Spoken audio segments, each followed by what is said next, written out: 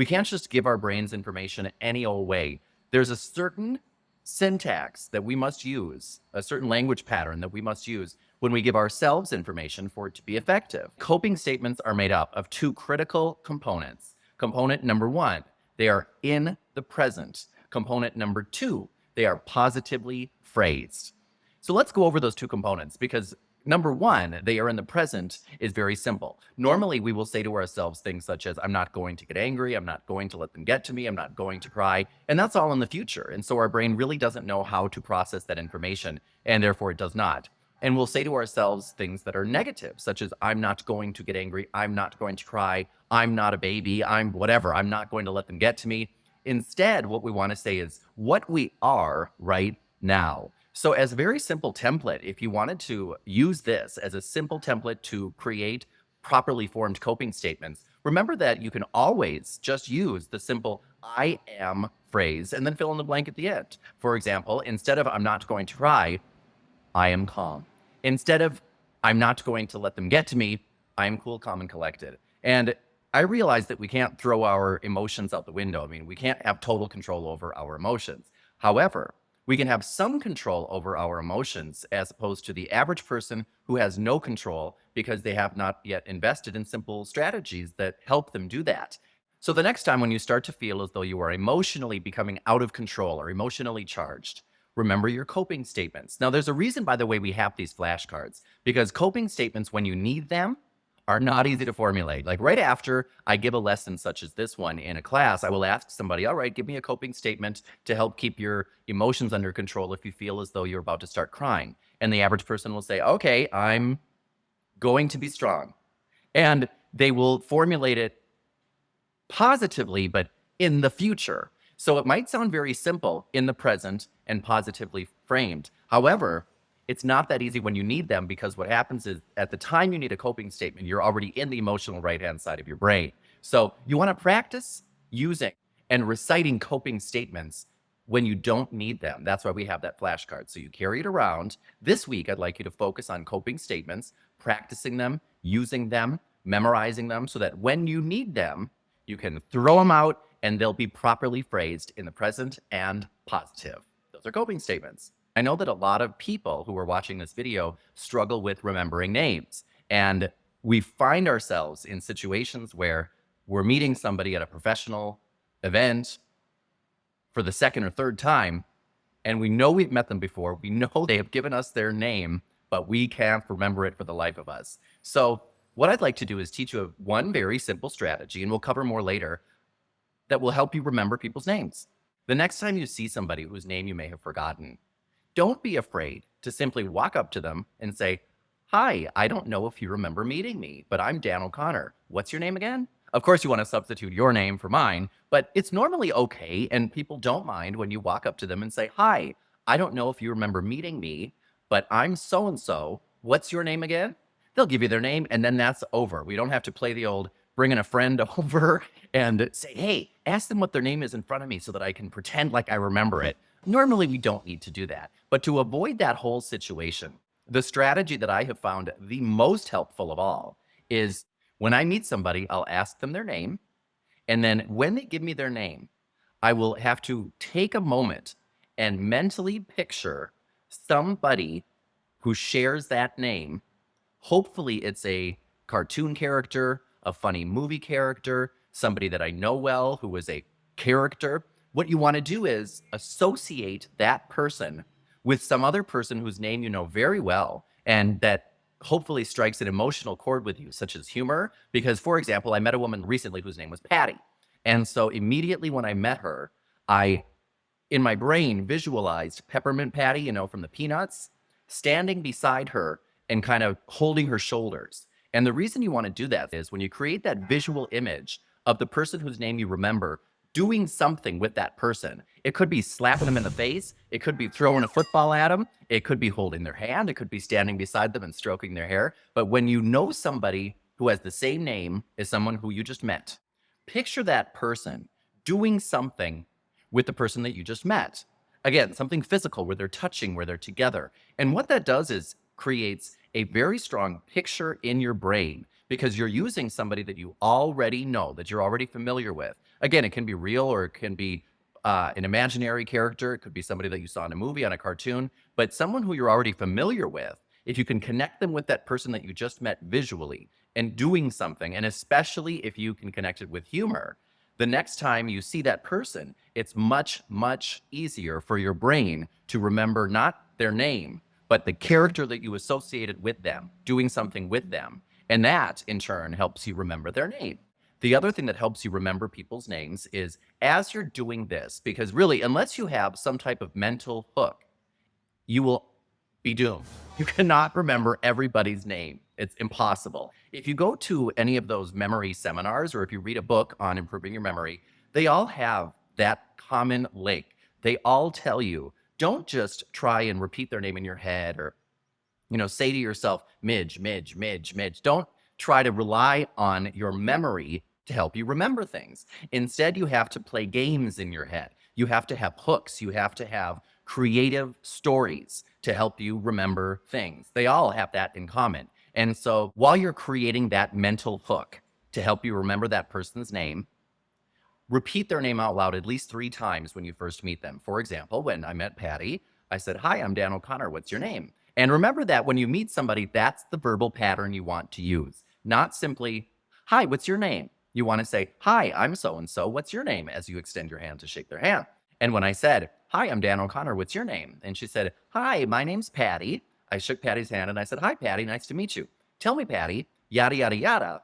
And then after a couple of minutes, if you're going to move along, if you're going to meet somebody else, especially in a big social gathering, let's say you're at a networking event, you say, "Hi, Peter, it's nice to meet you. Tell me, Peter, yada, yada, yada." And then in a few minutes, when you're about to move along, say, "Well, Peter, it was really nice to meet you. I hope to see you again soon," or however you close and then leave. You have used their name 3 times. And each time you use it, again, remember that mental picture that you drew in your head. And if you do that, you will be able to remember an entire room full of people's names. It is amazing how much that one trick has helped me. I can have a workshop where there might be 150 people in that workshop, and they will say to me at the end, "If you see me on the street, will you remember my name?" And I'll say, "Of course I will, Patty. Of course I will, Mary. Of course I will, Joe." Because once you have really solidified a picture in your brain, such as the one we described, a character doing something with that person, you won't ever forget it. And if you do that one thing, you can avoid the uncomfortable, "Hi, I don't know if you remember meeting me, but I'm Dan O'Connor. What's your name again?"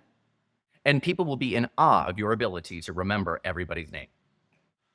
And now I'd like to move along to our danger and power phrases for work and home. And the first phrase that I'd like to give you this week is simply a power phrase. There is no danger phrase to go along with this one. The power phrase is, "You should be proud of yourself." And the reason I'm mentioning that is because at home and at work, many times we will say to people, "I am really proud of you." And by the way, don't be afraid to say that at work. Many of us feel uncomfortable saying things such as, "I'm proud of you" at work, especially if you are the driver type or the analytical type that we discussed last week. But don't be afraid to say that. People love to hear the phrase, "I'm proud of you." However, what we need to remind other people of sometimes is that they should be proud of themselves as well. So if you are going to say, for example, at home to one of your children, "You got all A's on your report card? I am so proud of you." Add, "And you know what, sweetheart? You should be really proud of yourself." Because when you tell a child, "You should be proud of yourself," watch how their physical posture normally changes and their chest will go up and their chin will go up. Because when you tell somebody, "You should be proud of yourself," that triggers something in most people that actually gives us permission to be proud of ourselves. And we think, "Yeah, I can be proud of myself. It's not simply that other people are proud of me. I'm proud of myself." Because it is one thing to have someone proud of you, but it is an entirely different thing to be proud of yourself. So encourage people to be proud of themselves. And if at work you have trouble saying to people that you are proud of them, I mean, that some people, especially, for example, the drivers, find it nearly impossible to say to somebody, "I'm very proud of you." So if that's something that you struggle with, it's easier to say sometimes, "Wow, you did a great job. You should be proud of yourself." So that is a power phrase for the week. You should be proud of yourself. And your danger phrase for home this week is, "It's okay when someone is apologizing to you." Let's talk about that for a moment. People apologize to us, and frequently what we will do is say to that person, it's okay, or don't worry about it. Let's scratch that from our verbal repertoire at home and at work. Instead, when somebody says, I apologize, normally what they will say is, I'm sorry, or I'm really sorry. What we want to say is, I forgive you. So say that out loud, because I bet you're not used to saying it unless you practice, right? I forgive you is not a common verbal pattern for most people. So say that out loud. I forgive you. Now, we can couple that with other phrases, but we don't want to send a message that it's okay for somebody to mistreat us. And so when somebody apologizes for his or her actions, when they have mistreated us, and we say to them something like, it's okay, or don't worry about it, that is sending a message not just to them, but to us that it's all right when it's not all right. What we mean to say is, I forgive you. And it's okay to say something such as, well, you did hurt my feelings. However, I forgive you. We all make mistakes, and I think it's time to put a period and move along from that. So thank you for apologizing. It's okay to say that, but don't say it's okay. Say something along the lines of, we can move forward. Things like this happen. We all make mistakes. But the phrase that we want to be using when somebody asks us for forgiveness is, I forgive you. And that sends a message that, yes, this is over. However, I'm not going to diminish my own worth by saying that it's okay to mistreat me. So it's okay in response to an apology, danger phrase. Instead, I forgive you is the power phrase. And now I'd like to move along to our danger phrases and power phrases for work. Last week, we talked a lot about style stepping. We talked about the 4 different personality types. And we're going to be transitioning into persuasion techniques in these lessons. And I'd like to start out by addressing the verbal pattern so it will, so it can. These are danger phrases that I'd like you to focus on this week for this reason. Of course, it's not generally a bad idea to use the phrase so that it, or so it can, or so it will. These are common verbal patterns. However, if our intention is to be persuasive, if we are saying something to somebody to try to get them to go along with our idea, our product, our service, if we are trying to get them to buy whatever it is that we're selling, whether it's an actual service product or simply an idea or a proposal, we want to use benefit language. And benefit language is not about it, so that it, so it can, so it will. Benefit language is about the person to whom you are speaking. So you want to use phrases such as, so you can, so you will. So instead of, for example, saying, you should switch our office computers from PCs to Mac, the benefit isn't because they don't get viruses, because they run more efficiently. The benefit is so that you won't have to deal with viruses, so that you will save time, which translates into saving money. Benefit statements are about the person, and those are always going to include the word you. So remember, when you are trying to be persuasive and tell somebody, I think we should do XYZ, so that it's not so that it's so that you, so you will, so you can. And if you want to make it very easy to deliver properly phrased benefit statements, you can very frequently use the lead-in line, so you can, or so that you. And now I'd like to talk about our difficult person of the week. Wait, there's more. The last thing I wanted to mention today as a bonus was, since we're talking about style stepping and personality types, many people have struggled with the question, tell me a little bit about your weaknesses. Whether it's in a job interview or an employee review, or if you're talking to your boss or whatever it may be, many times when we are asked, tell me about your weaknesses, it's difficult to respond to that question because we don't really want to reveal our true weaknesses or especially focus on them. So here's how you answer that question. What you want to do is start out talking about your strengths. For example, I'm a driver, so I would say, well, my natural strengths, being a driver personality type, are going to be things such as setting goals and achieving them, being able to start projects quickly, But of course, because I'm a driver, I'm going to have to be sensitive to things that actually come naturally to the amiable type, such as being sensitive to other people's feelings and not being too aggressive when working with others. So those are things that I have to be sensitive to because of my natural strengths, which again are things such as setting goals and achieving them and being able to start projects quickly. So what you want to do is talk about your strengths, and then talk about your opposite personality type strengths as if those were your weaknesses, because they're going to be really. Talk about how you need to be sensitive to those, and then circle back to your strengths at the end. That is how you answer that question, and you're weaving in personality types. So you're showing the person not only can you answer the question confidently, but you're aware of personality types and how to work with not only yours, but others. That's your bonus for the week.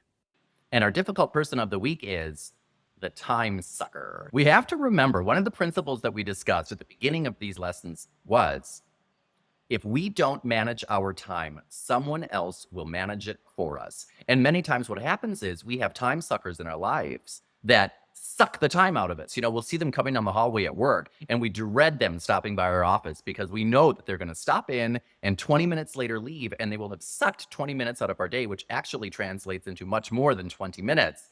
So how do we start to control the time sucker? First of all, we have to remember that the first time somebody sucks 20 minutes out of our day, that is about them. The 10th time they do it, that is about us. We are in control of our own schedule. So if you have a time sucker in your life, here's the strategy that you can use to start regaining control over the time that they have taken from you. All right? Step number 1. We have to lay the groundwork for a time sucker and tell them, hey, you know what? I'm going to start managing my time more efficiently than I have in the past. And you can do that using the AEIOU script. Remember the AEIOU script we discussed in a previous lesson? That's a script where you say, here's what the actions are that are unacceptable. E are the effects of those actions. I is what I am asking of you right now. O is the or else, and U is what you will get. So I want to stop and talk to the time sucker and let them know, hey, I'm implementing a new strategy in my life. And I might use the AEIOU script. If I did, it would go something like this. Hey, Mary, I need your help. A, I found that I'm going to focus on me. I have found that I have not been managing my time as efficiently as I could. E, therefore, I'm not getting as much work done as I could, and I'm starting to fall behind in my work. I'm going to start implementing a new time management system, and I'm going to ask you to help me implement that. O, or else, unfortunately, I'm not going to have time to visit with you, and I really enjoy that. But if I'm not getting my work done, then I won't be able to visit not just with you, with anybody. U, and if you do help me implement it, when you and I visit, I'll be able to focus more on what you're saying rather than the work that I'm not getting done. And then the closing line, can I count on you to help me use this new system? And they'll say, sure, what new system is that? And you're going to say, step 2 now. So step 1 is to let the time sucker know I am implementing a new system. Step 2 is to implement the system. And what I'm going to give you this week is revolutionary and simple. In fact, it's revolutionary in its simplicity. The people that I know who have implemented this tool have found night and day differences overnight. Wow, that was neat. The bell rang when I snapped my fingers. It is called the Availability Monitor. The Availability Monitor is a simple tool that you can make yourself. What some people have done is, those Brazilian steakhouses, if you've ever gone to them, you'll get this thing on your table that looks like an hourglass, and on one side it's red, on the other side it's green. Some people have used one of those. They'll put them on their desk and they'll turn it one way or another to signal if they are available or not. If the green side is up, that means you are available. If the red side is up, that means you're not. However, not everybody has access to a Brazilian steakhouse tool like that. So if you don't, what I recommend you do is create an availability monitor, either using your printer or simple construction paper. This will be a fun project for home. And you can simply make one sign that says availability monitor. And then you take a piece of yarn or a piece of string or a shoestring or whatever you have, and you make a symbol.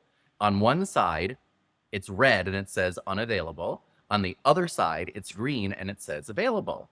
And you hang that on your wall someplace close to you, whether it's in your cubicle or if it's simply someplace on your desk that you can hang it. If it's on a wall, wherever it may be, have that visible where you can reach it. That's your availability monitor. Very simple, but when implemented, very effective. What you want to do is teach everybody in your life, take a moment to tell them the AEIOU script, as I mentioned before, take all the responsibility on yourself and say, I have not been managing my time as well as I could have. So here's what I'm going to do about it. Because it really isn't about, hey, you guys keep sucking the time from me and interrupting me all day. So here's what I'm going to do about it. That's not it. It's I have let you. So you want to tell people what I'm going to do is I'm going to use this availability monitor to keep myself in check. So when I have scheduled time where I am available to be interrupted, I'm going to have it green. When I have scheduled time that I have to be working and focusing on a specific project, I'm going to make it red. So if you come into my office or if you call me and I don't give you attention, please forgive me if it appears as though I'm being rude. I'm not trying to be. I'm trying to take control over my professional schedule. So please help me do that. And if you come into my office and it's red, remember to come back later on and check to see if it's green. If, for example, you come into my office and you ask me a question and you say, hey, do you have a moment? And I do not respond to you, check my availability monitor because that will explain to you why I might not be responding to you. I want to really focus on my own time management. And what will happen is the time sucker will come into your office and say, hey, do you have a second? And you won't respond to them if your availability monitor is on red. And if they say, hey, Dan, it's just one quick thing. As long as you have your availability monitor set to red, meaning do not disturb, unavailable, all you have to do is keep working, and tap that availability monitor on the wall or tap it on your desk and keep working. And what you will find is some people will be like, huh, all right, and might take offense to that. Of course, if it's my boss coming in and they say, I need a moment of your time, I'm not going to tap my availability monitor and not give it to him or her. I'm going to say, yes, what do you need? But for the time sucker, I have already told you the message. I've already sent you the message. I need help. I've told you the system and I've asked you to abide by the rules. So if you come into my office the next time and that is set to red and now you have to use your availability monitor, but if it's set to red and you start talking, it is not rude for me to tap it and ignore you. It is not rude for me to point at it on the wall and ignore you. I'm simply following the rules that I have set in my life. And if I don't follow the rules, I cannot expect other people to do so. And again, some people are going to have trouble doing this and they'll say, I can't do that. That's just too rude. That's not rude. What's rude is to allow somebody to steal your time and productivity away from you. That's disrespectful to yourself. That's being rude to yourself. I have a sister-in-law. Her name is Michelle. She has no problem when you call her up or go in her office and say, hey, Michelle, do you have a second? She has no problem saying, no, I don't. I'm working. I'm busy. And you know how some people are more aggressive that way and some of us are more passive? There is a middle ground. And when you, number one, set expectations and tell people about the new system you're implementing, and then number two, implement that system, you will find dramatic changes overnight simply because you've decided to take control of your own schedule. Another way, by the way, professional tip that we can start managing our own professional schedule is not being a slave to our emails and our cell phones. If it is possible for you to set an autoresponder on your emails that says something along the lines of, thank you for your email, I got it, and I will be responding to emails between 9 and 10 in the morning and 3 to 4 in the afternoon, so please expect a response then. If this is an emergency situation, feel free to call me at this number, or expect to hear from me at the times I indicated. If you can start telling people I check and respond to emails during these hours of the day, and then stick to that schedule, people won't expect you to always be interrupting your day and responding to emails, because emails are one of the top things that actually takes us away from our job and decreases production, because so many of us believe that we're a slave to them. And when we hear that little bing or when we see something pop up on the screen saying we have a new email, we feel the need to immediately check it and respond, which takes us away from our work, not just at that moment. But what happens is our brains are focused on a project and they have a certain pattern going. When we stop to check an email or answer a call or whatever else is interrupting us, that lowers that brain wave frequency way down. And it takes us time after we finish that project to move it back up and then get back in sync where we were a few minutes ago before the interruption. So it's not just the couple of minutes that it takes to answer an email or answer a phone call. It's much, much more than that actually is sucked out of our day by answering phone calls or answering emails. And so if you can set a schedule for yourself and notify other people that, hey, this is going to be my new schedule so that I can be more productive and actually serve you better. I'm going to be answering and responding to emails and phone calls if you can during certain times of the day. And then do that, you will find that the time that you have set aside for uninterrupted focused work will produce 10 times the results than you have been producing in the past if you have been allowing yourself to be interrupted all day. Now, of course, not all of us can do this. And I realize that some of us, by definition, our job requires us to be checking emails and phone calls all day long. If you can, however, set a schedule again and do those things, those interruption type things during specific times of the day, letting people know in advance, this is my new action plan, you will find that the little tiny distractions during the day, not just from the time suckers, but from emails, from phone calls, will stop distracting you and your productivity will shoot through the roof. Sometimes very simple strategies like these get extraordinary results when we choose to implement them. So that's the key. Any strategy that you could implement this week, from the availability monitor to an email strategy or to a phone call strategy, implement those strategies this week. Let people that you work with know that you're implementing some new time management strategies. You won't believe the difference it will make, not only in your productivity, but in your personal sense of well-being and personal power. And now we've come to our communication principle of the week. This week's communication principle is, when we focus on substance, form takes shape naturally. And what we're talking about when we focus on that this week is, we tend to focus a lot in these communication lessons on the words. When I'm sending you a message, the form is the words that I'm sending, the shape that my message is taking. However, the substance is where it's coming from.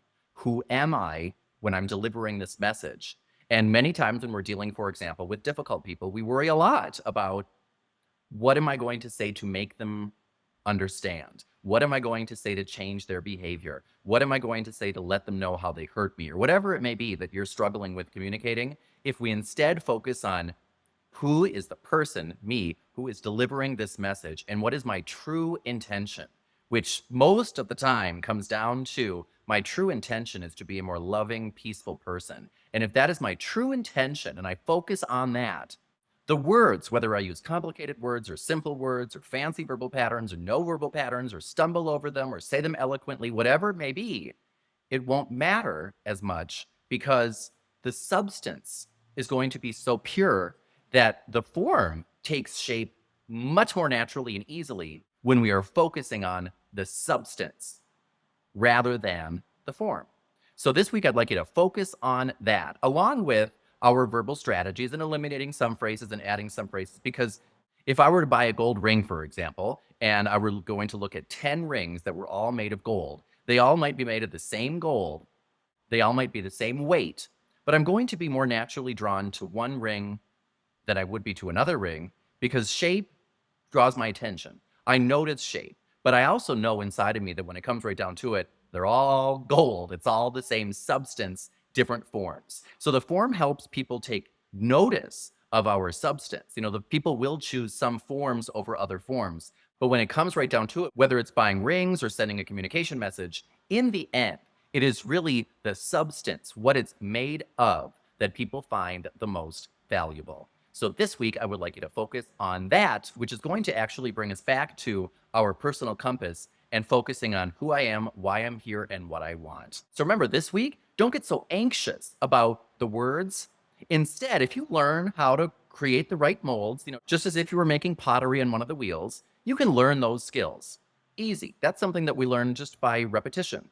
What takes a little more time and focus is not casting the mold, but creating the substance that goes into the mold. And I'd like you to really focus on that this week before we speak to difficult people or before we speak in high-risk communication situations. Focus on the substance, who you are, why you're here, what you want, and that will help you find the right mold for that message or the right words, which actually is the form. So, got a lot of work this week. What we're going to do is focus on remembering names, We're going to be using our coping statements. We have some danger phrases and power phrases. We're going to be managing our time better and addressing the time sucker and focusing on our principle of the week. So I really enjoyed being with you this week. I look forward to seeing you next week. This is Dan O'Connor with Online Communication Training, signing off.